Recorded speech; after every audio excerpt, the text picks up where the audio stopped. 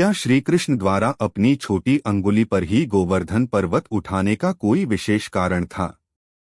जब श्री कृष्ण ने इंद्र के प्रकोप से वृंदावन वासियों को बचाने के लिए गोवर्धन पर्वत उठाया था, तो उन्होंने उसे अपनी सबसे छोटी अंगुली पर उठाया था, जबकि अक्सर लोग इतने विशाल चीज को उठाने के लिए अपने सबसे शक्तिशाली अंगुली का इस्तेमाल करेंगे। लेकिन भगवान श्री कृष्ण ने कनिष्ठ अंगुली का इस्तेमाल किया। क्या इसके पीछे कोई विशेष कारण था? चलिए जानते हैं। भगवान श्री कृष्ण ने गोवर्धन पर्वत को अपनी कनिष्ठ अंगुली पर उठाकर यह सिद्ध किया कि वे ईश्वर हैं और ब्रह्मांड को नियंत्रित करने में सक्षम हैं। इस घटना के माध्यम से भगवान श्री कृष्ण ने इंद्रदेव के अहंकार को चुनौती दी और यह दिखाया कि उनके लिए इंद्र का बल कुछ भी नहीं है। श्री कृष्ण ने गोवर्धन पर्वत को अपनी छोटी उंगली पर धारण करके यह संदेश दिया कि ईश्वर की शक्ति भौतिक शरीर पर निर्भर नहीं है। कनिष्ठ अंगुली पर गोवर्धन पर्वत उठाने के पीछे की पौराणिक कथा में विनम्रता को भगवान श्री कृष्ण द्वारा प्राथमिकता देने का संदेश है।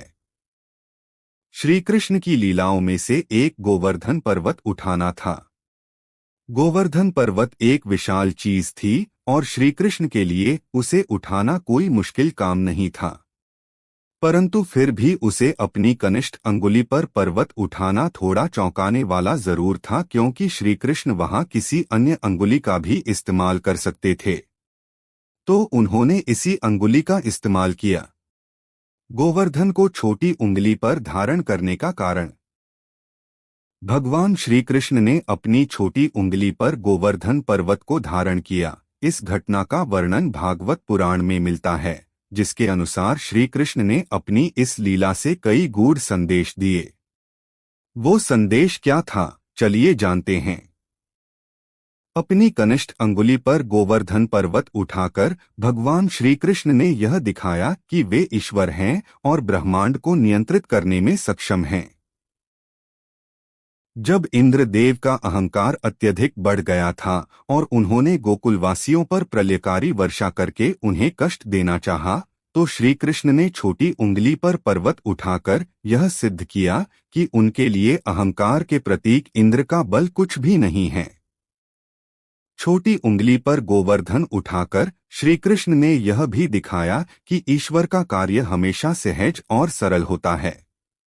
इस घटना से भगवान कृष्ण ने यह भी समझाया कि उनकी शक्ति भौतिक शरीर पर निर्भर नहीं है। छोटी उंगली से गोवर्धन उठाकर उन्होंने यह संदेश दिया कि ईश्वर की शक्ति में शरीर की भूमिका नगण्य होती है। गोवर्धन पूजा के माध्यम से श्री कृष्ण ने इंद्र की पूजा को त्याग कर प्रकृति और पर्वत की पूजा करने की शिक्षा दी। श्री कृष्ण का गोवर्धन को अपनी छोटी उंगली पर धारण करना उनकी दिव्यता, सहजता और करुणा का प्रतीक है। यह घटना मानवता को यह सिखाती है कि जब हम ईश्वर पर विश्वास रखते हैं और उनका स्मरण करते हैं, तो वे हमारे जीवन के सबसे बड़े संकटों को भी सरलता से हल कर सकते हैं। इसके अलावा यह भी कहा जाता है कि अंगुष्ठा अग्नि, तर्जनी वायु, मध्यमा आकाश, अनामिका पृथ्वी व कनिष्ठा अंगुली जल तत्व का प्रतिनिधित्व करती है। यही कारण है कि इंद्र की बारिश का जवाब भगवान श्री कृष्ण से जल तत्व से दिया। कनिष्ठ अंगुली पर गोवर्धन पर्वत उठाने से जुड़ी पौराणिक कथा। श्री कृष्ण ने अपने कनिष्ठ अंगुली पर गोवर्धन पर्वत क्यों उठाया था, इससे जुड़ी एक पौराणिक कथा भी है। उस कथा के अनुसार जब भगवान श्री कृष्ण ने अपनी अंगुलियों से पूछा कि वे किस पर पर्वत उठाएं, तो पहले अंगूठा बोला कि वो नर है और बाकी अंगुलियां तो स्त्रियां हैं, तो उसे ये मौका मिलना चाहिए। फिर श्री कृष्ण ने तर्जनी उंगली से पूछा तो वह बोली कि किसी को अगर चुप कराना हो या कोई इशारा करना होता है तो मैं ही काम आती हूँ, इसलिए आप सिर्फ मुझ पर ही पर्वत उठाएं। जब यही सवाल मध्यमा से पूछा गया तो उसने कहा कि सबसे बड़ी होने के साथ साथ मैं ताकत भी रखती हूँ, पर्वत मुझ पर ही उठाया जाए। जब श्री कृष्ण ने अनामिका उंगली से पूछा तो वह बोली कि सभी पवित्र कार्यों के लिए मेरा उपयोग किया जाता है। अत आप मुझ पर ही पर्वत उठाएं।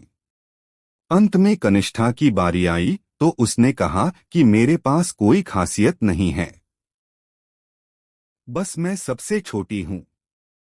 छोटी अंगुली की बात सुनकर श्री कृष्ण ने कहा कि मुझे विनम्रता सबसे प्रिय है। तब श्री कृष्ण ने छोटी उंगली को सम्मान देते हुए उसी पर गोवर्धन पर्वत धारण किया।